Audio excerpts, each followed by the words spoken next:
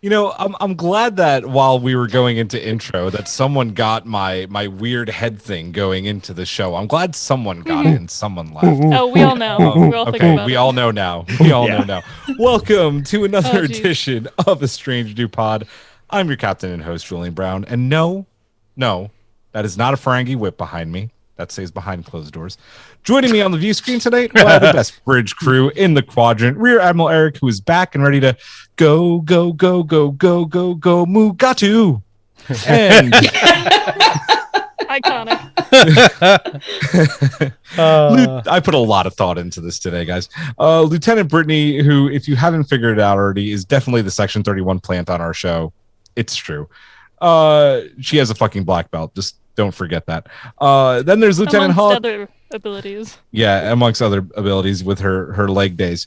Then there's Lieutenant Hawk, who absolutely would play Diplomath with Boimler and Rutherford. It looks fun. It does look fun. It does look fun. Yeah, I'm fine with this. Yeah. And of course, Commander Giraffe, who out of everyone here definitely would be the person watching the Mugato swinger party. You know it. Glory to you and your houses. How are we doing? Yeah. Living the dream. Yeah. I think everybody has a certain vibe after this episode, you know? We're here. And We're coming off the dog days of summer. We're heading into fall. So thank God, 73-degree days. Yeah. I could swear we're living in like tsunami regions at this point in my life. For those that don't know, Brittany and I survived a tornado a mile away from our house yesterday. Ding! So we win. We win the week. Whoa, that was some impressive footage. I will say very quickly, Yeah. before we get into our show, we have to give a quick shout out and thank you to our friends over at CBS and Paramount Plus for the awesome care package they sent us. You guys rock. I am wearing Including their this hat. awesome t-shirt. Brittany's wearing the hat. I'm eating some of the delicious gummies. And I will say, in honor of Admiral Aaron, who was at Dragon Con, I made the margarita out of the margarita mix that they sent. And while Aaron is very anti-margarita mix, I will tell you real quick. That is fucking delicious. They know It's they're really proud. good. They don't fuck around with their care packages. So thank you to our friends at Paramount for that. That was really nice of you guys. Awesome. This week, that's right, the Ferengi. They're back to their old ways. They're poaching Mugato, and our lower decks team is having none of it. And then Tendi is tasked with getting the crew caught up on their physicals, which goes for our favorite Cation Doctor as well. So there's some fun there. Plus, Captain Freeman deals with 24th century insurance fraud because it's exactly what that situation was. That is exactly what that was. It is Totally. season 2, episode 4, Mugato, Gumato. Plus, we briefly talk about the just released Star Trek Prodigy opening sequence composed by none other than like my favorite fucking film composer right now, Michael Giacchino. Dude's a legend. Legend. And then if this day was not more packed with news, we'll also be unwrapping and assimilating the news that Annie Wersching is been cast and will be a recurring character in Star Trek Picard Season 2 as the Borg Queen. No, not Brittany, the actual Borg Queen. Annie! Yeah.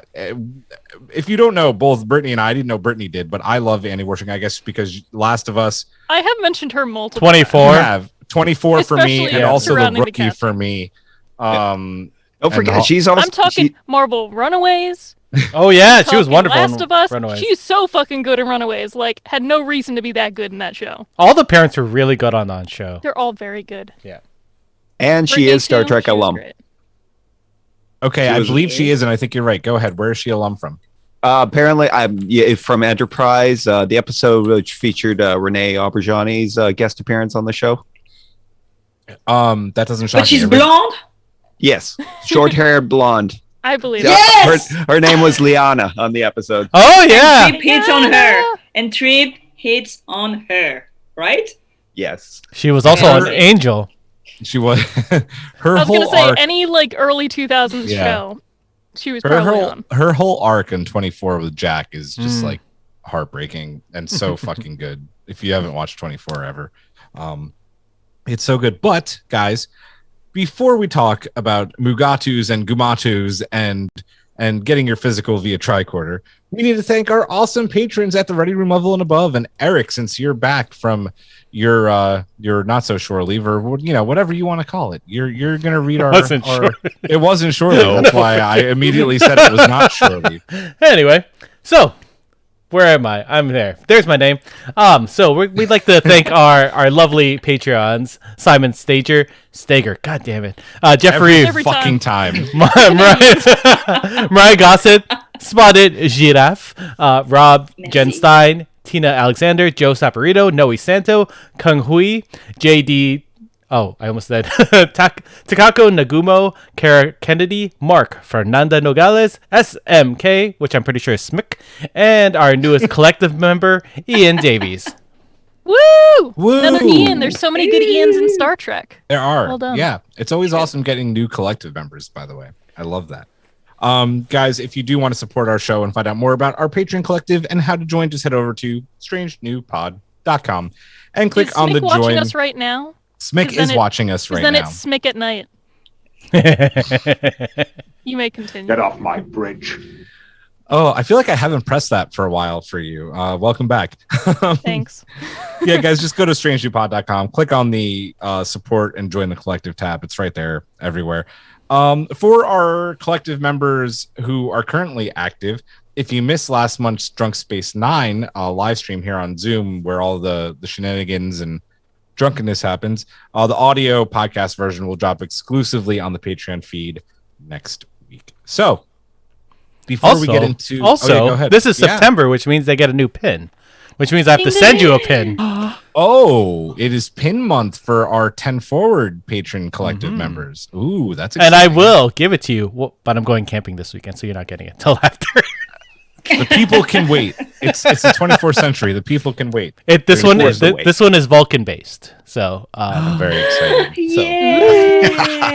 Fuck Giraffe's Fran. like, I'm still getting shit for now before I consider myself a full-time staff member and can't get shit anymore. One day I'll take off the special guest on the actual stream. Yeah, one day. No, You'll it's just okay. say Giraffe. He'll just say Our resident definitely. Giraffe. Excuse me, I did not want to burp live on Twitch, but now you all know that I did. Before we get into talking about all the awesome news and then the episode, we have some podcast news to get through. So next week, we were supposed to do a table read that was going to be Patron's choice, but it's just been crazy with storms and vacations and school starting back up and jobs and life getting in the way, as happens. So we're going to push that back to a later date, maybe sometime in October. Maybe when Lower Decks is wrapping up. Halloween episode. Sorry. Yeah, we're going to do I something. just got excited. But we're going to push that back to a later date. But to our patron collective, look for a topic choice poll thing in the next few days, because we will do like a half-hour patrons topic on one of these Lower Decks episodes. So stay tuned for that. Also, this coming Wednesday, this is a major announcement, so get ready. It's Star Trek Day, if you didn't know that already. And holy shit, are we excited? Because you know why? Does everybody know why we're excited? I am very excited. So Giraffe many knows things. why. Giraffe knows why.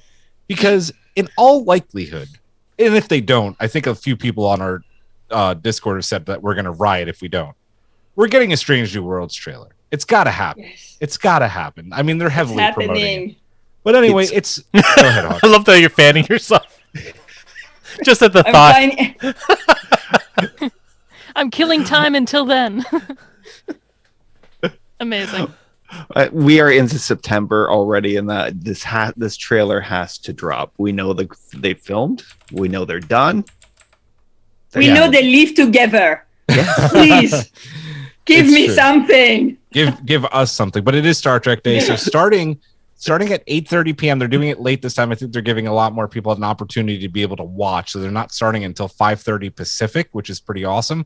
So starting at 8:30 p.m. Eastern time, make sure you're following our Twitter, our Instagram, all of that fun stuff for our live reactions, retweets of trailers, screenshots, all the fun stuff that we always do during these big events. And then directly at the conclusion of the festivities, join us right here live on Twitch for a bonus pod live stream. We're going to be giving live reactions, breakdowns, all of it. It's going to be a hell of a night. It's going to be fun. There's going to be drinks. There's going to be Section 31 members, Possible. guaranteed, possibly. You never know with Black Some of Ops. us are always in attendance, some are Yeah. not.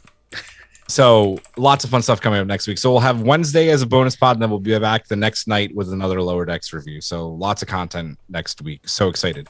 Speaking of content, this week has not been slow or uneventful. Paramount, being the good folks that they are, dropped the opening credit sequence for Star Trek Prodigy.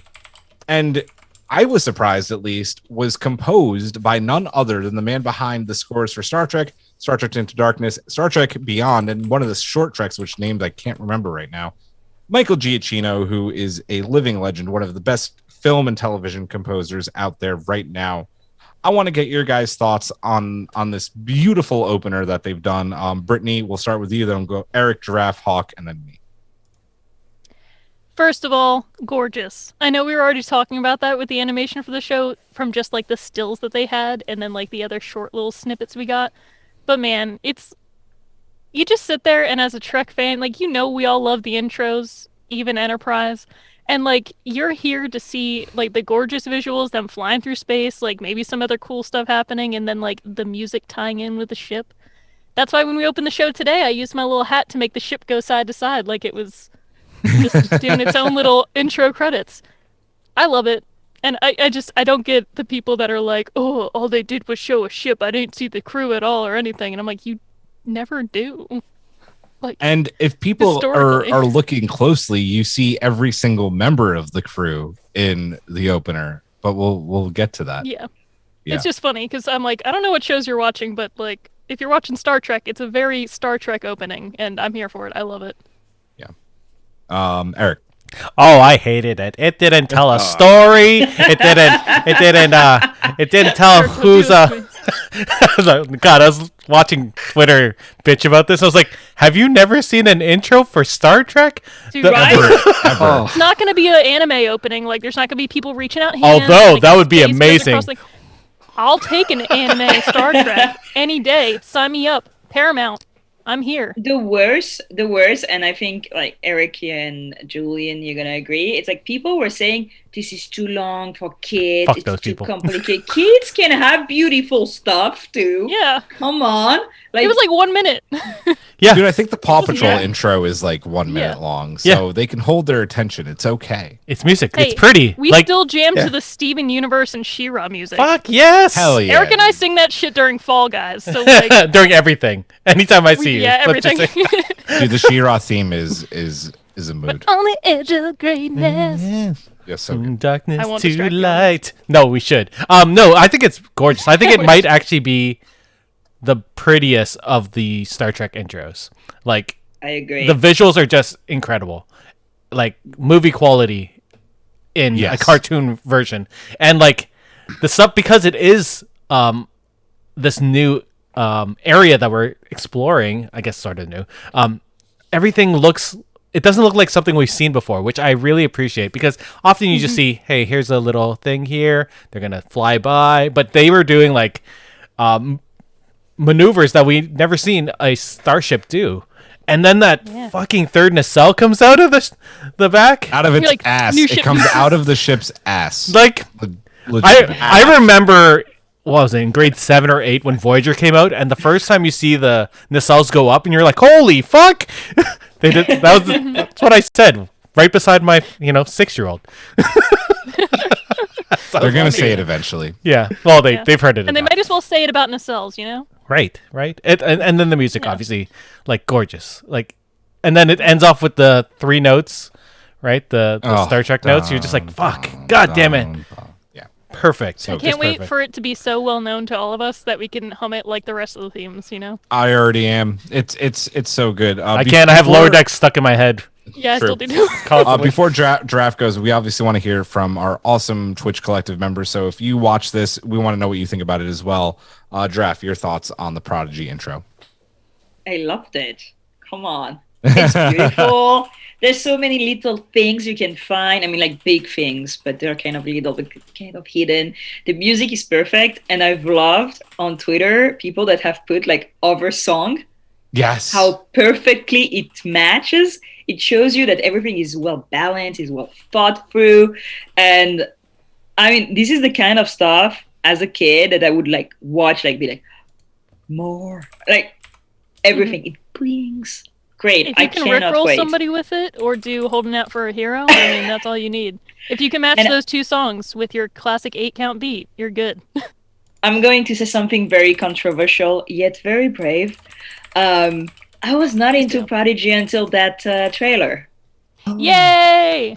Yeah. I was like, Look at you. it's gonna be a kid show. I don't know. They got It's like you. cannot. It's very purple. It's very pink. I don't know. I want my slime, you know. And that trailer, I was like, yes, please. That's how I'm animation into gets it. you. It's always by the theme song. Yep. And sometimes it grows on you too, where you're like, this is an okay theme song, but then like you're 2 seasons in and you're like crying, and you're like, yeah.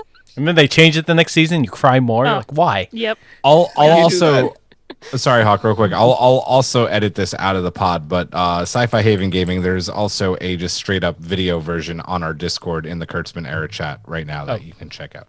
Ding, So ding. yeah, hint, hint, wink, wink. Go watch. Also, it. it's on Twitter.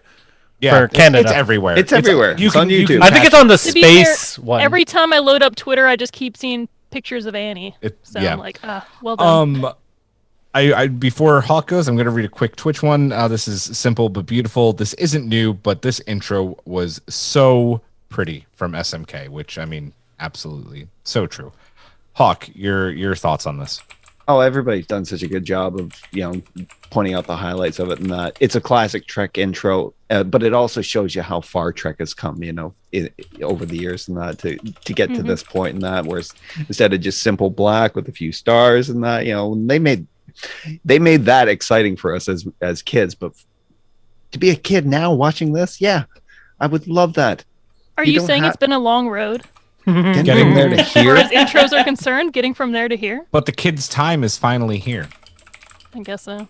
Right? I love that they showed it without any lettering or logo over it, and that you just got to see the animation. And A you lot like of that. companies So have been far. doing that lately. When they introduce the intros for a show that hasn't gone live yet, they'll do the opening credits without any of the extras, which is beautiful. It's awesome.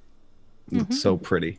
What else was I gonna say? Yeah, like it also gives you that sense that we are in the Delta Quadrant, and this is a form of space that we're not used to seeing, and that even with Voyager, and that we're not used to seeing it like this. Like what is with that field of giant bubbles that they're maneuvering Yeah. through?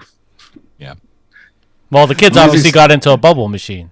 obviously, Right. obviously. Well, the first thing I thought of was there was an episode of the Orville that dealt with a phenomenon just like that. Crossover. Anyways, the music is gorgeous. I'm still living with it though, so it's not. I haven't memorized it yet. Like obviously, you have Julian on that. But, I haven't memorized it, but there's bits of it that are like. But I mean, listen, I if I could fit any more shit in here, I would have a shrine to Michael Giacchino because I love True. every single one of his scores. Brittany knows this already before I met any of you. It's a beautiful thing. His music's wonderful. This opening, let's get this out of the way first. The clever way in which the animators have been able to show the protostar in each moment going over every single one of the characters, but it looks like they're a part of space is just so freaking cool. That goes for our main cast, that goes for the villains. It's so unique, and it's unlike anything we've ever seen in Star Trek before. So my hat, I tip it. It's beautiful. Michael Giacchino doing the music for this. Listen, if it was him or Jeff Russo, I would have been happy. I just can't say more amazing things about Michael Giacchino. He is a legend. He is a master. This is going to be a theme that I'm going to be humming forever, especially when I watch Prodigy with my kids, right? Like, it's just so cool. And Stop, Dad. yeah, right. Exactly. She's gonna be like, Dad, I'm trying to listen.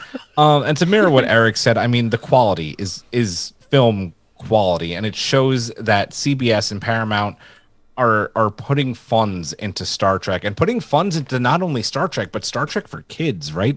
Like they want this is a pun for Brittany, the next generation of Star Trek fans to come up watching this show and then go back and watch all the old stuff and whatever new stuff they're going to be coming out with. So I'm just like, I'm so happy with it. It's so beautiful. And again, I'll repeat what Erik said, the ding, ding, ding, ding, so perfectly placed at the end. And the other thing Yeah, I'll love say, Big Ding. dings are great, right? Yeah. It is Right? so reminiscent. If you really watch it, it is so reminiscent of the Voyager intro, right? like Hawk said, Yeah. like it shows us that we're in the Delta Quadrant, and I got that feel as well. So I'm incredible. Sorry, hear I was myself. thinking about the when Janeway's like right over the I got so excited that I tore Yeah. my headset out. Oh, I was saying when Janeway Like, is Janeway. when Janeway is like the big image, like the Watcher in What If, and then you Yes. see the ship go by, and you're just like, yes, like, you. Oh, yes. Janeway protects the ship. And again, to the Exactly. people complaining that this is too long, you've never watched a single episode of Star Trek in your life, and that's Yeah, very, they obviously very skipped evident. the intro, which is Yeah, on one, Netflix, rude which as is fuck. And you see the bad guys in there too. Like you see everyone. Like who Yeah. do you want? What else do you need? I mean, oh my God. I'd argue that the Deep Space Nine intro is probably the more boring one because it is just a space station floating. I'll there. go back. But it I'm slowly gonna go back. moves. It's like a ship, you know? Slowly It's just, like, rotates. slightly rotating like this.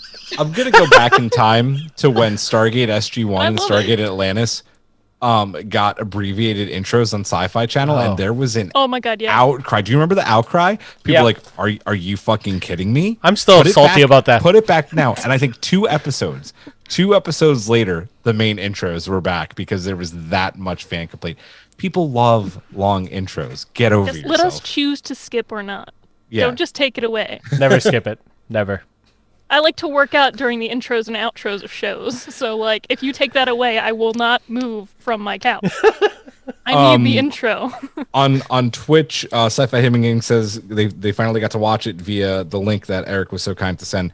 Wow, this is probably my favorite intro out of all of them to date, and fight me if you choose, but I swear it is better than even Deep Space Nine. I mean, That's what I just said. yeah, Brittany said it, and, And you may not be I wrong. fucking love Deep Space Yeah. Nine, but I'm like, you know, if people are gonna say anyone is a boring opening, Yeah, it's that and, one. and Yum Yum Pod says the Voyager one is my personal favorite. Which listen, if you love Voyager, this one's very reminiscent and is kind of a nod to that show. So I think it's great. Kind of speaking of Star Trek Voyager, Star Trek First Contact, we're gonna move on to the other big news that came out just like 3 hours ago. A deadline broke this story. Ali Wershing just got cast and is joining the Picard season 2 cast in a recurring role as Annie The Wershing. Borg Queen. I said Annie Wershing. You said Allie Wershing. Did I? I'm a horrible did. human being. I It's okay. changed- You said Annie all night, but then I you said changed Allie. that in the thing. I saw that. Yeah, and I have a typo on my thing too. Well, let me redo it. It's not your fault. Annie Wershing is joining Picard season 2 as none other than anybody? The Borg fucking Queen. The Borg Queen. Big shoes Such to a fill. great casting choice. Big prosthetics to fill. Like, if they were Yeah. ever gonna have somebody take over that role for another generation of people, like this is like a perfect casting choice. I was just like, oh my god. And it's not like Borg. Alice Krige was the only Borg No. Queen, right? Yeah. Sure. And we saw some complaints No. about that on Yeah. Twitter as well. I'm like, dude, she's 64. yeah. I'm like, not being ageist, but I'm just saying she's in a point in her career where doing prosthetics like that is probably something that she doesn't really have a desire to do anymore. There's a yeah, reason and why. On top of that, they probably offered it to her first, and she probably was like, probably. meh. Nah, I'm good. Yeah. Annie Wershing I- is a great actor. Sorry, Draft, go ahead. No, I was gonna say I don't know who she is, but I'm very excited about the Borg Queen. And everybody's like, yeah, she's great. I was like, that's even better now. But I have no idea. I didn't watch 24, so You should watch The Runaways. It's surprisingly Yeah, good. Runaway is the Runaways. Yeah. Noted. or On play Dis- The Last on of Us. Di- Disney Ding. Plus now. Yeah. Brittany, I'll start with you. Your thoughts on this casting and what it means for Picard season 2. I think that Annie as the Borg Queen is going to shoot some lifeblood into this show, and I know we're already more excited for the second season because of like the appearances that are going to happen and the way the story looks like it's shaping with like different things dealing with time, Q being involved, you know, like lots of different scenarios where they can change it up and like bring more life to it. But like, she is a very good actress. She can be very compelling in a role that's going to be like the Borg Queen, because if you've seen Runaways, she plays a parent of one of the kids that runs an organization that's supposed to help people, but is secretly not so good. You Spoilers. found it out in like the first episode, man. Okay, I'm keeping it real vague for the rest, but like, oh man, is she such a good character? Because like, there's sometimes you're rooting for her, and other times you're like, oh, so good, such a great actress. I didn't She know just pulled this, off. but Yum Yum Pod just said that she, Alice Cridge, who's the original, the OG Borg Queen, was the witch in the Gretel and Hansel film and was creepy as hell. Or the film or television? They did a couple of ones in the past few years. Was that the one which with one was it? Jeremy Was Renner? that the original German? Oh no, one? no, it might have been the Jeremy Renner one, or maybe a different one. I don't know. Oh, I don't know. apparently it was I one that remember just this. came out last year, so I don't think I saw it. Okay. But I believe it. Yeah, same order. Erik. She was really good in the OA. She's fantastic. I look forward to it, especially since what we've seen out of the Picard teaser, the whole idea of Seven not having her implants. So, having those two play off each other is going to be wonderful. The sexual tension. I haven't even thought of it yet. Oh, I just thought about Yeah. it. Yeah. Both of them sharing one scene together. Mm-hmm. Thank you, Paramount. Thank you. Lesbians everywhere are going to lose their goddamn mind. They will. Yep. If that happens even once, It done has for. to. It has to. Oh my god. It will. Yes. incredible. Giraffe. Well, Yeah, I know you said you don't know her, but that's cool too. but I'm looking forward to seeing Q fucking around with the Borgs. Aren't we all? Yes. I'm on Yes. board with that. It's gonna be great. Here we go. There's a pun with OG and Borg, but I don't have it. Maybe think about it. Like, It's- help me on this. You said Borg and orgy. Is But that what you just said? You were looking for a pun with that? I want to know what the hell is going on. Sorry, because I was like, I OG. have so many that involve Borg, and I don't like. I had a whole episode where I made like 8 of those jokes in a row, and I was like, I think we have to cut it all. Let me step back into the edge. It's okay. I just didn't. I think I misheard. I mean, Let's there talk was about there that was a later. semi orgy in the episode later, so we're what on I was the thinking. yeah There was a we're link. on the same track. So I'm keeping you guys on your Mugatos. Watch yeah. out. Ooh, There we go. Oh. Stop! it. You sound just like that Mugato Hit that it. was watching. Just shut up. Ew. God. Anyway, Oh, something God. Annie Wersching. Something Annie. She's an amazing actor. Hawk, you're up. Not so much the casting choice is the fact that they decided to announce like basically who's going to be the huge villain in this series, and I find it very deliberate. I think they're trying to draw some people back to Picard who probably were sitting on the fence, and that Brittany, yeah, you're one of them. Well, the thing is, if I would have been watching season 2 and she would have walked on the fucking screen as the Borg Queen, I would have jumped out of my seat and like lost my mind. Right? Like I'd be like, no fucking way! Leslie Dean is here. Well, that's the thing with her too. Like she's in a select few. Like if you're a nerd, like you probably know who she is. But like every single role that she does, she's really fucking good. Like she is a very good actor. So had they not announced it, like you just said, and she was just there, I probably would have just been like, hello. But then we would have been like, how do you not announce that? Yeah, true. Yeah. So good. So good. Yeah, I don't know how much more I can say than what you guys just said. It's not only an amazing casting announcement, but it ups the stakes for Picard season 2. Now, listen, I think everybody at this point who follows us know that we were not the biggest fans of season 1 of Star Trek Picard. That being said, this season has us all hyped. John Delancey's back. Whoopi's coming back at some point. Whoopi! Now we have the Borg Queen. We've seen a teaser that makes this show look fucking fantastic. I think that season 2 is going to be something special. So that's what I'll leave it at. Borg Queen is all you need. I agree. I mean, like the fact that we get Q, but not only that, but like the Q and the Borg are intrinsically linked in the series, and that he was the one who introduced them to the Borg. You know, and Q and the Borg Queen Hawk are also very just like intertwined in John Luke's story. Like they're two very important pieces to his life. Yeah. Was was the Susanna Thompson Borg Queen the same as the Alice Crig Borg Queen? Well, the Borg Queen's just supposed to be the Borg Queen. Yeah, right? yeah, Like, sorry, 'cause it's sorry. I mean, collective. she's a consciousness really in that. Yes. So Yeah, really, yeah. it doesn't really matter who plays her in that. You know, although Mhm. who It's plays not her Doctor is very Who. important. Anybody could play him. Jeez. It would be cool if we got to see 3 Borg Queens at the same time. Oh, Not until we see 3 Spider-Men on the same screen at one would time. that be a Nah. 3-way Borgasm? Probably. Oh my god. What? Is it Borg cubed? Speaking, Borg cubed? Cube. 3? Q? It's all connected. I'm sorry. They are These are one. They are babies? one. These is babies. Lisa I mean- babies. maybe that Mugato orgy made some lizard babies. We'll find out. Speaking of Mugatos, it is season 2, episode 4, Mugato Gumato. Oh man, I'm gonna go first since I went last in the Go for the it. last one here. Because honestly, I can never go first with these because like I have too many thoughts.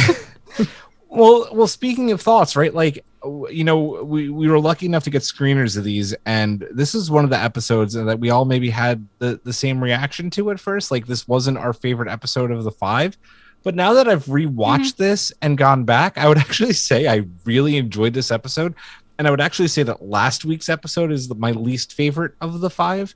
Watching this one again, like this episode was so much fun, and yeah, I know a lot of that. Like they kind of fall back on sex jokes and poop jokes and, you know, kind of like silly But it shit. works here. Yeah, silly shit humor. But yeah, like it works. I loved it. I love that they put Shax in this episode because this is peak Shax. Like this is what he lives for. You know, like Mugato poop. Yeah, Mugato poop and beating the shit out of Ferengi. Like what else can you ask for? So I love that. I love the whole mystique surrounding, you know, Mariner possibly being Section 31. We're going to talk a lot about that. Introducing, like, you know, insurance fraud into this in the funniest Star Trek way possible, where the dude's ship blows up and it's like, oh, you blew up all my shit. Now I'm going to get a better ship. Right. And then the Admiral finds it out. It was just such a great moment. Like, it's such a small moment, but a great moment. And, you know, like, I think everybody knows Tendi's my favorite character on the show. Just watching her go and, like, scan people and, you know, tell... It's not Billups. It's Ransom's buddy. Why can't I remember? Stevens. Yeah, Stevens. Like, you should really be drinking more milk. He's like, shut up. And like, his hip goes out. It's a good moment. And Tendi basically, like, breaking her arm just to be able to give to Anna her physical is so, like... I've said peak already, but I'm going to say it again. Peak Tendi. It's something she would totally do and does. This episode was just stupid fun. Is it like, you know, one of the best episodes of Star Trek ever? No, but it made me laugh a lot, and it was a great time. So I loved it. Hawk. Again, I had the same reaction in that. You know, I was originally thinking, yeah, this one's, you know, my least favorite in that, because I was really finding Tendi's arc a bit boring this week in that, until you start to parse it a little bit more in that, you know. She has a problem with assertiveness, you know, according to the episode, you know, but that's really more along the lines of her job at Starfleet and that, you know, because we know from last week's episode she has assertiveness to spare in that. You know, what do they call her? The Queen of the Winter.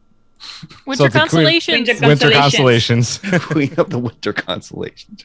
But when you're a Starfleet member in that, there's a way of conducting yourself in that while being assertive, but also being nice, you know, and she had to find that balance in that. And she does, you know. And it contrasted nicely with the whole thing with, you know, Captain Freeman and that, you know, because again, she's captain of the Cerritos and that, and this guy's ship blew up under her tractor beam and that. Of course, she has to be diplomatic. She has to be nice and that, until she finds out that, yes, she's the victim of 24th century insurance fraud. And like, it was so perfectly played, because that's what everybody who gets their home robbed when they're filling out that insurance form, they always throw a few more things onto that list. Oh yeah, you know, I had a really nice set of golf clubs that got taken. So when he started going through her stuff, I had a Gorn doll, I had this commemorative plate, and just the fact that he cleaned her out at the end, and that's an example of when you're too nice. Yeah. You know? Hawk, tell us a little bit about your background. Incredible. Well, we got probably one of the best cold opens for the show, and that with this episode. So I thought I'd throw up the origin of it, Ambo Jitsu, the famous, you know, scene between Riker and his father where they worked out their issues while beating each other with clubs while wearing blinding visor masks. Star Trek, the original Getting Out Your Daddy Issues television show. You guys ever done that form of martial art, like battle, though? Because I have. Yeah. Luckily with foam, but like, do you reign supreme? Okay. Oh, so It's more fun. like the American Gladiator style. Exactly. Pretty much, yeah. Okay. Nice. When sparring gets boring and then they want to spice it up, they're like, here's some phone things, hit each other. I spent a lot of time trying to parse exactly in that fight where it stopped being Ambujitsu and just turned into a street Mariner fight. beating the shit out of him. Oh, and Broken in half? visor down. Because it was That the minute well- she got a bloody nose or bloody mouth. Yeah. Oh yeah, like Yeah. the way her pupils just fix like a cat's. Dude, it was like a high for her. It was incredible. Giraffe, you're up. Your thoughts on this episode? I loved it. I think I was the first one on Discord at like 6 a.m. West Coast, okay? 5:30 a.m. Like on the spoiler channel being like, oh my god, somebody talk to me. You should have Yeah, just I called me didn't- because at least I'd already seen it. Right. Yeah, last week's was not my favorite at all, and I really like this one for two reasons. One, I fucking called it. I called it the 5th of August. I did, and I am right. I don't care about rumors. This is true. We'll talk again about that later. And second, the call for a private little war with the bamboo arena. Sorry, with the bamboo cannon. Lost my mind. I loved it so much. Great Everything. Easter egg. That's when you know, Everything. like, that's the best thing about Lower Decks is when there's like the tiniest scene in an episode can make you just like completely lose it, and you're like, I fucking love this show. I love the people that made it. Yeah, it was 6 a.m. and it was like, yes, bamboo cannon. You were so excited. You were the first thing I woke up to this morning. I grabbed Like my all phone caps. and I had all these Discord messages, like all caps, spotted Just like Giraffe. giraffe. I called it. I'm like, what did you call? And you're like, Mariner, Section 31. And I'm like, I mean, I can't actually tell you you're wrong this time. And not confirmed nor denied. Oh, so good. Yeah, It's a good A time. plus. Awesome. Who's up next? We Me. have Erik. Erik. I enjoyed it. It's not my favorite out of all of them. That's not saying anything bad about it. It's still a fantastic show. This one was this one felt the most like Rick and Morty to me. Yeah. This episode was That's a Rick why and I also was like about it, even though Yeah. I love Rick and Morty. I was Yeah, like, same. fuck it, this is Trek so movie actually was like this one kind of relied on like some like Rick and Morty type of humor. Shenanigans. So. for sure. Yeah. I like that Boimler and Rutherford teamed up. That was a team up that we Yes. haven't seen really before, and them playing off each other, their lameness is so awesome. I love it so much, and you guys know how much I love Rutherford. That board It game, was like my watching god. an episode where Jerry's were the main characters. Yeah. It was great. Well, no, I wouldn't go that far. I mean, but- not quite Jerry, but Ouch. you But- said their but lameness. And it their reminded me of lameness, the, yeah, the they- Hellraiser episode. That's true. The board game Oh, would you're be so for the mean. Hellraiser guys. I know Exactly. the suffering. Oh, I love the whole idea that Mariner made these rumors about herself so that if she was lonely, it wouldn't like make her feel separated from her. It would just be a reason that she's just that way. It's not just because it's her. She did it for She's a complex character. She is. I love that. I thought that was great, and I love that as soon as the bartender said, and Rutherford and Boimler were like, "Wait a minute, no, yeah, no, yeah." They're like, wait, that would make a lot of sense. And she's doing the knife trick. Oh my god! Conspiracy theories, man, they'll get you. Can I go back real quick to the bartender though? Because every single time he started telling a story, the bartender's like, "Man, Billups has been waiting for his cocktail for like 10 Yeah. minutes, man." And like at the very end, he's like, His peach daiquiri. "Yeah, his daiquiri for like 10 minutes, man. Hey, I need you to really get back to the bar. I've been waiting for those lines for like 10 minutes. If you don't want to work the bar, just don't work the bar." Oh my god! It's not like they could just walk over to a replicator and get it themselves. Yeah. Exactly. What? Oh, It let's is see. funny to see a bartender that's not keeping up with things because you're so used to like, oh, Neelix and Voyager always has everything too covered, that sort of thing, and then you And finally have- Guinan. Guided, yeah, for sure. Yeah, yeah. Like you've never had to be an issue, and now this guy's like, I heard a new rumor, bye, and you're like, fucking run the bar, bro. What are you doing? Also, going off of what Julian said about Tendi's little going around and scanning people, I love that. That was cute. I love. Yeah. She's adorable. That's it. I'm done. Time for my thoughts. Yes. Okay, so like everyone else that got to watch the screeners, I think the only reason we did think this episode wasn't as good is because we just watched them all so back to back to back that like this one doesn't quite get you at first compared to like the sandwiches of like 3 and 5. But like you said on the rewatch, I'm like, this is a great episode. Like it's just fun. It's still not my favorite of the 5, but like it's great. And the opener for this episode is one of my favorite things because you guys know I'm a Mariner stan for the rest of my life. But this opener is so relatable to me because like I did martial arts, I taught martial arts. It was the very first job I had. And like the fact that one, you get to see Brad, like Boimler and Rutherford immediately like kind of teaming up and they're doing their own thing together and you're like, oh, this is nice. Even if the episode has nothing to do with them like later on, they're hanging out together, they're doing this thing. And the fact that they even think that they can take Mariner on, regardless of how many late night training sessions they had, they're just like, oh, well, she hasn't been trained and we're gonna kick her butt. I was like, no, you're an idiot.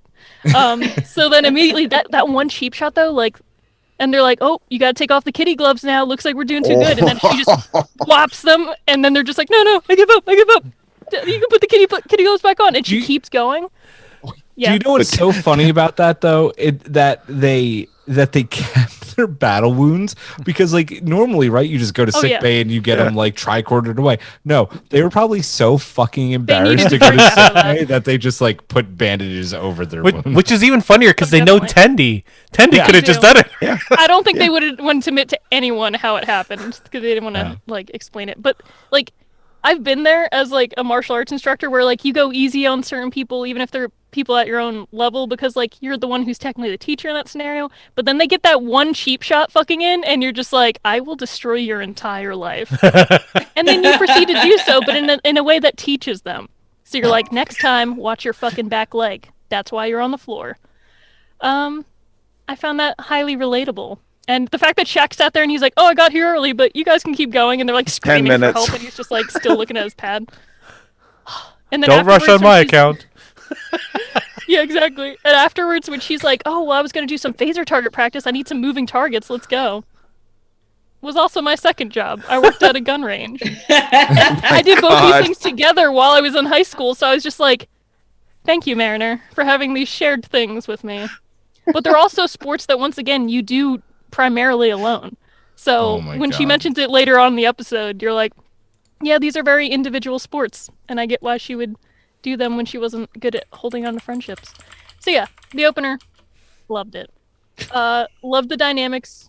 Liked that Boimler and Rutherford were like hanging out the whole episode. You got to see more Shax and everything, but they did the really good thing of they pulled off like the A plot, B plot, and C plot so well, like they've been doing all season. So even though like they're so different and all over the place, it's still like you feel like, yeah, these all were definitely happening at the same time. I 100% buy it. It wasn't like one of them was lamer than the others. They were all equally good, which they were all fun, which is strange for a show.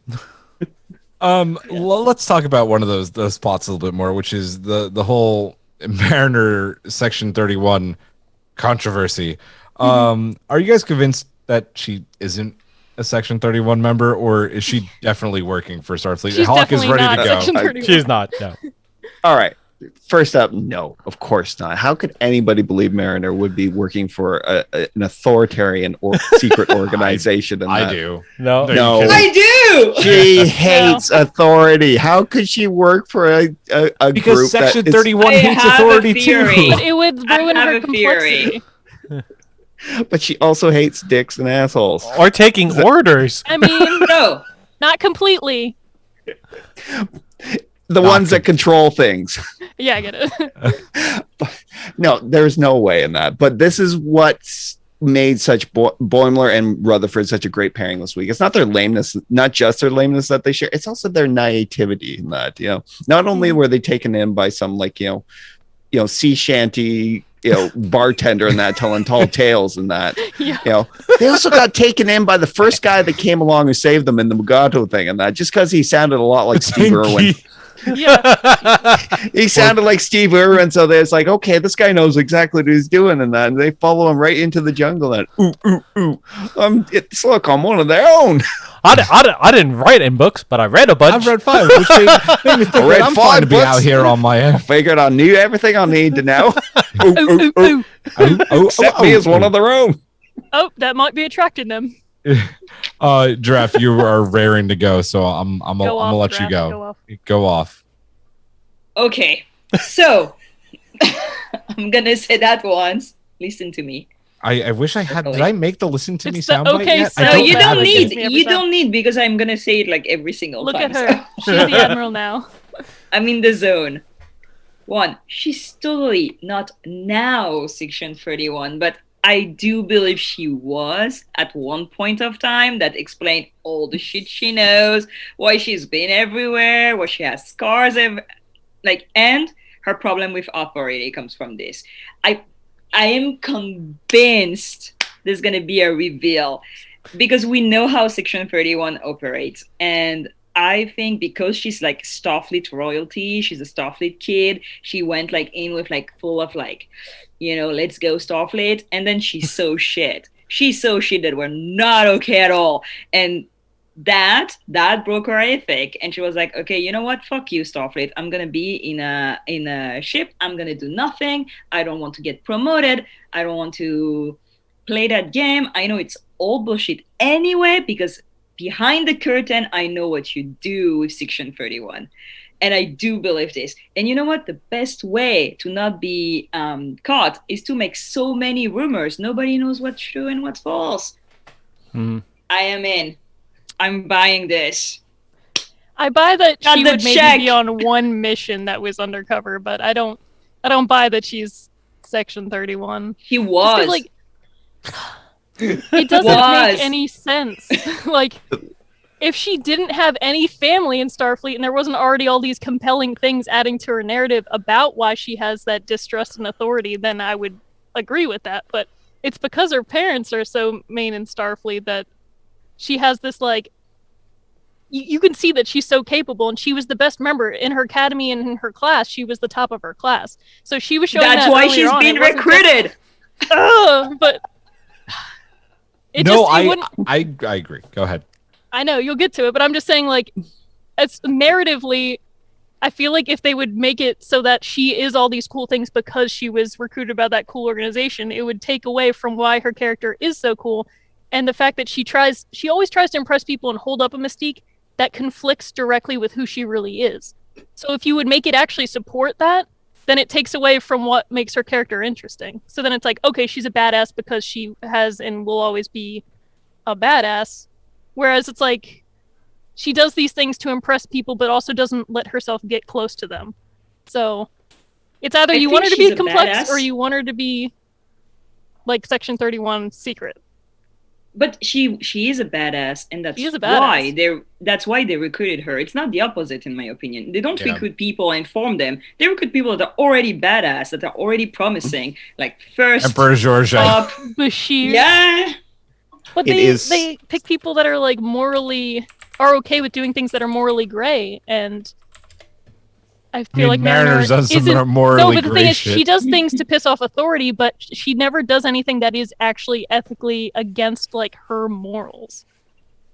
You know, I don't That's think why she would she's ever. She not doesn't have anymore. the heart. Okay, I just don't buy it. Like, I don't agree. I think it just doesn't make sense. Come to the dark side. Oh, Tom. go Hey, ahead. if you're right, that'll be awesome. But I don't know. It's very easy to want to believe this conspiracy theory because we know she would make a great Section 31 officer. In that, she's, she could, can master of like multiple fighting styles, and that, she has like seems to have some sort of photographic memory in that. Because, she's great at adapting to other cultures and that, and finding ins here You're and there. describing me, though. Right. Like, everything you're saying, I'm like, I yeah, know. but does that make me I'm a just- secret agent? Yes, did I want to join the Abso-fucking-lutely. FBI? Yes. Yeah. I Yes. wanted to join Yes. secret agencies for a long time. Everybody Did I turn them here is down? nodding Yes. their head yes that you're a secret agent. So It's either that or basically like the fact that I now know that you have firearms training in that. Julian, I've had that. if the zombie apocalypse hits, yeah, I then know where I'm going. I'm good. she's your Rick. Yeah. Yeah. I learned how to shoot when I was like 6. Though. And I'll read Life. this from Sci-Fi Haven Gaming. To quote Garrick, all of the lies are truth, even of all the stories you told me. Which ones were true and which ones weren't? My dear doctor, they're all true. Especially Especially the the lies. lies. Is Mariner Section 31? Maybe. Maybe not. Is it believable? Yes. What is the one thing that a great Starfleet officer could do to piss off her Admiral Dad and Captain Mom? Join Section 31. And Thank you. and That would be leave Starfleet and join the Maquis. Well, I was about to go. And number 2, leave Starfleet and join the Maquis if they were still alive, but they're not because of the Dominion. It's believable. I'm not going to say one way or the other that she is or she isn't, but it's Star Trek and it's Mariner. I will agree on one thing. Yes. If instead of doing a live action Section 31 show, they did an animated spin-off from Lower Decks, and it was a flashback to her being in Section 31, sure. And that's how we get the show. But other than that, I don't think it'll happen. We'll see. I don't believe it. That was me. Yeah. Erik really barely got to say a word there. I don't know. I think I just don't trust conspiracies anymore. Let me just drop a headcanon, just like so you have it in your head.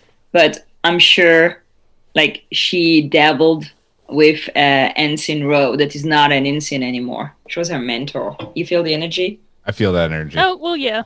Thank you. I they just like to put the anybody could Maquis have in. mentored her. Yeah, just a sprinkle. Moving on, Dr. Tiana has been wild. She was wild this week, and she was also pretty wild in her kitty litter box last week. Coital hooks. How do we feel about Tendi's arc this week with getting to like scan people, and then like the last name being Tiana, and then basically like she's the best Keisha in Star Trek, right? Like she's getting a lot of screen time this season. How do we feel about that?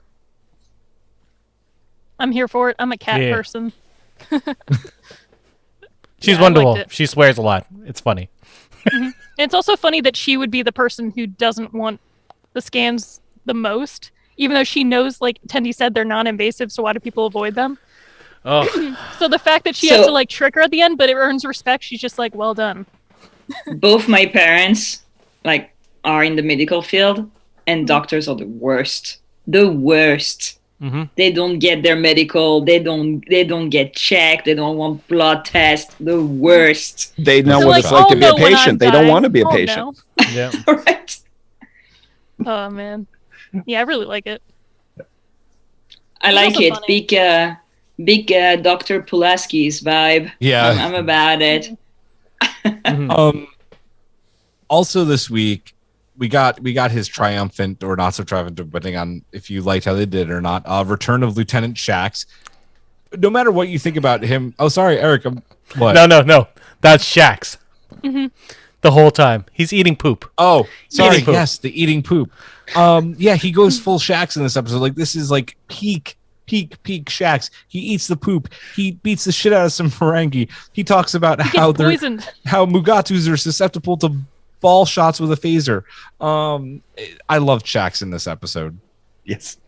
It was a wonderful return to form for the character, you know, after like kind of the stunted way he was brought back in. We know it was controversial in that we don't all agree that it was the best way in that, but we are blessed to have him back. We are blessed to have him back in our lives. And you fully buy that he's like head security officer, you know? Like he's just like, finally a mission on the ground, let's go.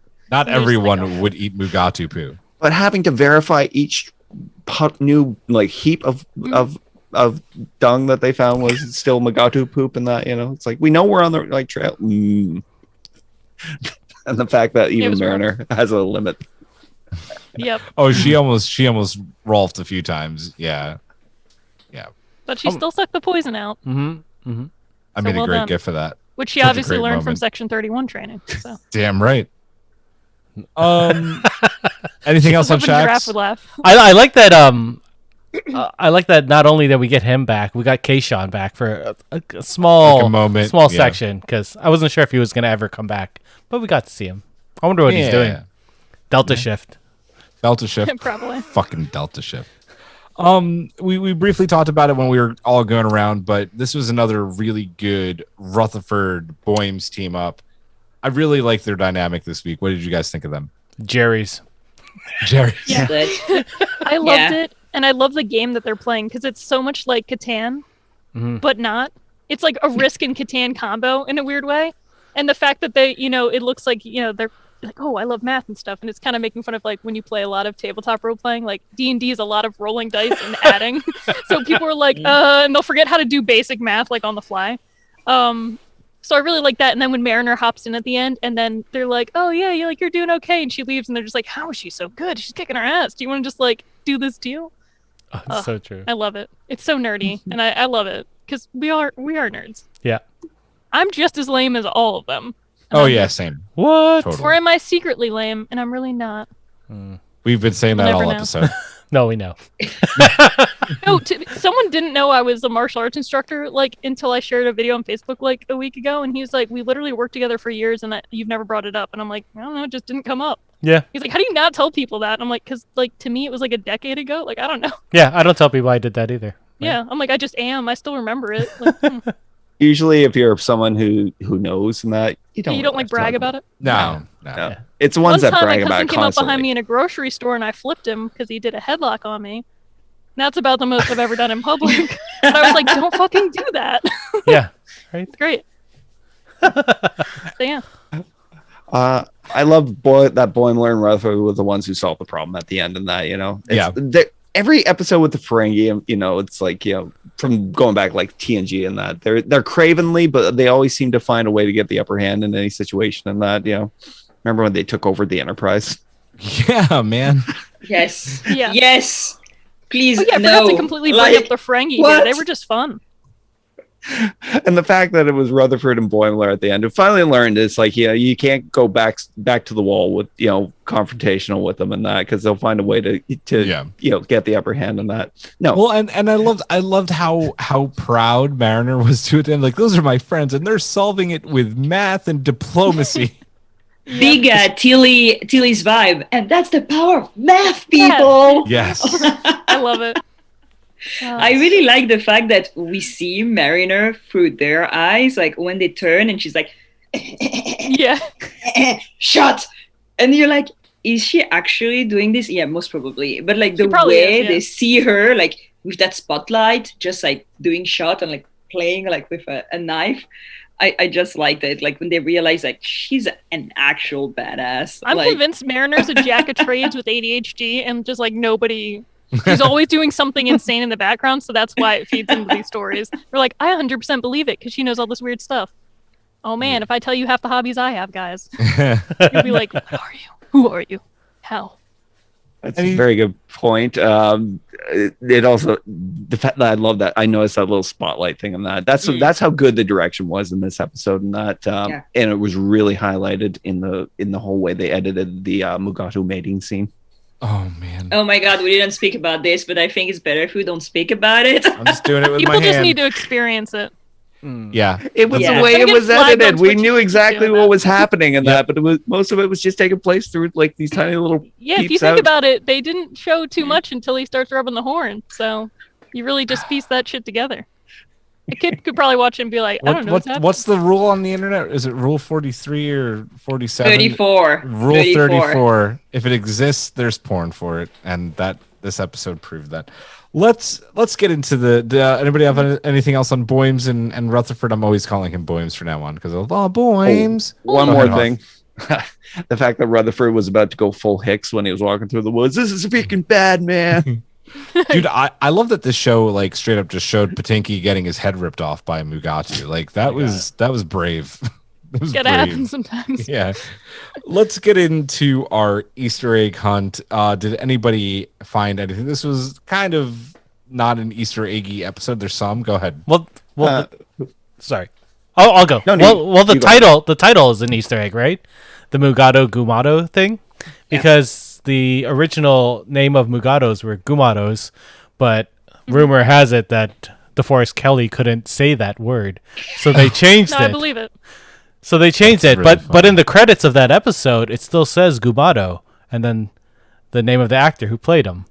I feel like it's such a good like fourth wall thing for not even just Star Trek, but other shows where people will pronounce things differently, like because they're not paying attention, and then you're just like, what exactly? Like it's supposed to be pronounced like this, but then you'll hear somebody voice it, and you're like, oh, Yeah. what did they say? And like Shatner said Mugato, so it's just like which Three I things. mean, that's why I have this behind Hey. me. I have Mugatu and Mugato. Like, which is it? Mugatu. I mean, like TOS, mispronouncing things. Like, come Oh, on, no. yeah. never happen. And all these sensors everywhere, right? I mean, And it could also be pronounced Mugato.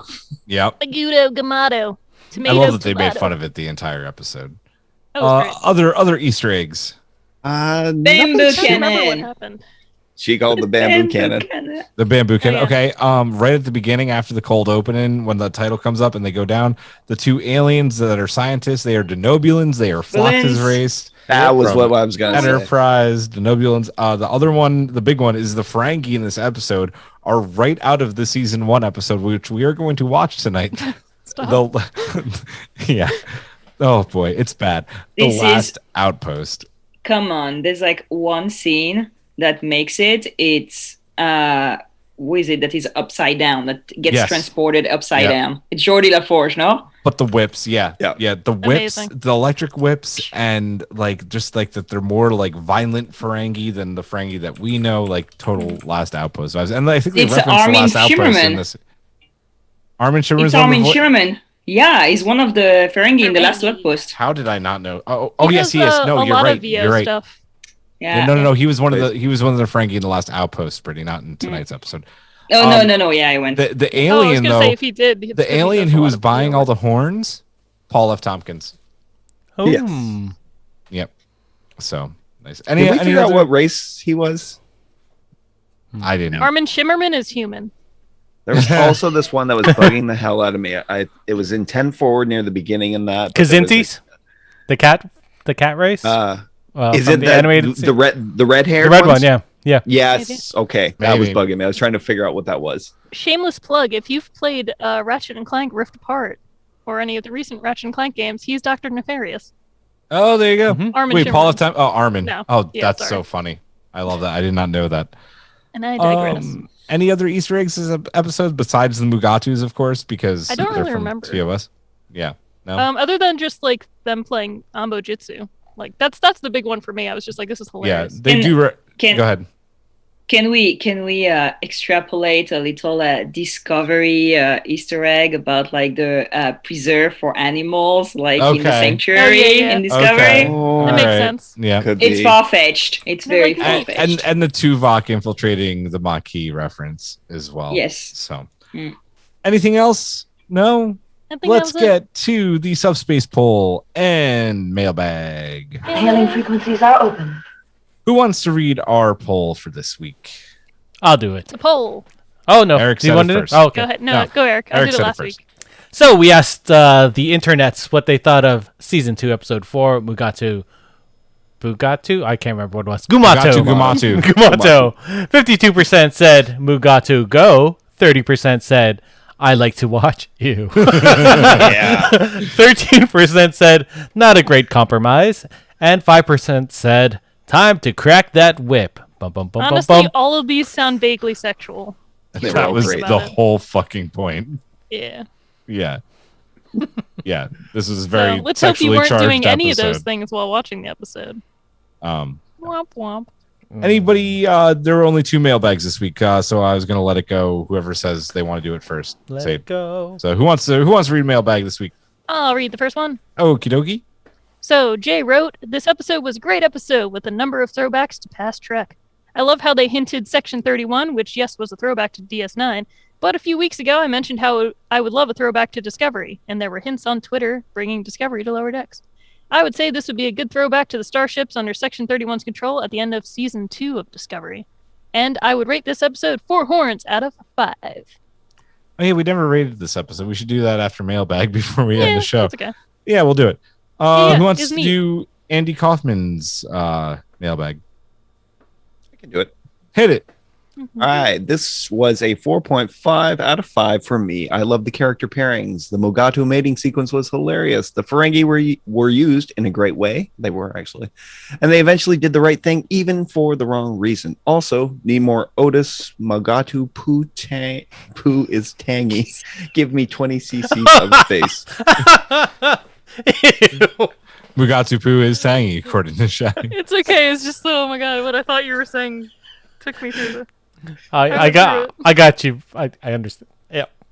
And Ambo Jitsu suits. Lots of great callbacks and a fun, well-paced episode. I agree. I think Agreed. I think I might have talked myself into a higher rating for the show than I originally thought. Maybe. Speaking of ratings, Dude, this episode had my mind in the gutter. I'm so sorry. I mean, that's the whole point of this episode, I think. Twitch, give us your ratings. We're going to give our ratings, and I'll start with the bottom and go to the top. Giraffe, Brittany, Erik, and then Hawk. Giraffe, start us off. Out of 5 Mugapoos. So I want to say 5 out of 5, but I'm going to say 4.5 because I need to have a scale. And I feel like there are some new things coming to my way. I love having Mariner back, like having this maybe like history about her. And it was all fun. I love the Easter eggs. I like the Ferengis. Yeah, great. Again, more. I would say thanks to this rewatch, I have a 4 out of 5 for it. It's just like another solid, funny episode. Not my favorite, but still has so many good character moments, and I love the dynamics in it. So nice. Me? Erik. Oh, okay. I'm gonna give it a 3.75 because my previous ones were 4s and 5s, so this one had to be just a little bit less Just than a tiny 4. bit. Just a itty bitty. In keeping with that spirit, I'll go 3.9. And that it was a great You son episode of a all bitch. around. I thought You're it was like like the- 3.69. Nice. You're like those people on Prices Right that go $1 and 1. You fuckers. Yeah. Yep. You never know. That's how you win. It was a solid episode. It was, I was a little bored by Tendi's arc in that, although I'm looking back, I'm grateful that, she found a way to non-invasively do a non-invasive procedure in that without resorting to like trying to perform, surgery on them without their consent. Bum, bum, ba-dum. I'm gonna give this a 4 out of 5. I think like had I rated this when I first watched it, I'd probably give it a 3 out of 5. But it brought it up a whole level watching it this week for whatever reason. I think one of the things we quickly It's more fun to watch weekly. Yeah, the one thing I'll mention that we didn't talk about is the fact that I love that the Ferengi did the right thing at the end. Like that brought it up for me too. Like I didn't quite think about that when I first watched it. But watching it today, I'm like, yeah, like they did the right thing. They made tricked an them into doing atom the right preserve. thing. And even though it was for profit, and that is always, the Ferengi way, they still did the right thing, and that's what matters. Yeah, this is a 4 out of 5. I'm just gonna get the cat out of the bag because Sci-Fi Haven Gaming Jay keeps out of the box. out of the box keeps mentioning this. Yes. We keep saying that next week's episode is a 5 out of 5 episode. I don't want to raise the bar and then like get people's hopes up. It is a 5 out of 5 episode for me. I'm not going to tell you that you're going to love it the same way that. Yeah, I mean, agreed, Erik. It is a really good episode of Star Trek, but don't take our words for it because you haven't seen it yet. Like, we want you to come up with the rating on your own and Yeah, we don't want to hype you up so much that you think not something's enjoy it gonna for yourself. happen. We loved it, but you may not, and that's totally acceptable. Quickly on Twitch before we wrap up. That's it actually. NYRLike gave it a 3 out of 5. Enjoyable, but not the first episode I'll rewatch for the season. So that's fair. I like it. It's a good episode. So, anywho, anything else before we go? Nope, I just love this ransom shirt. It's a great shirt. I have it. I had to wear this one tonight though because thanks again Paramount. Fine. Quickly. Quark, I guess, was directly mentioned. I feel like Quark's mentioned almost like every single episode. Yeah, at this they point. love It's He was not on- really he was becoming mentioned a in the new last thing. episode. Yeah, not a huge thing. We're gonna The wrap this. franchise now. We're gonna wrap up this episode, guys. We will see you next week, and we'll actually see you a day early, like we mentioned at the top of the show, Wednesday, directly following the Star Trek Day festivities, probably around 10:30 ish Eastern time, maybe a little earlier, maybe a little later. We will see you directly following this episode. Join us on our Discord in the Watch Along channel. We are going to be watching the classic TOS episode, A Piece of the Action. And if people are still awake, The Last Outpost. It's going to be a fun night on the Discord. Join us there. For Hawk, for Brittany, for Erik, for Spotted Giraffe, I say to you, live long and prosper. Have a good night.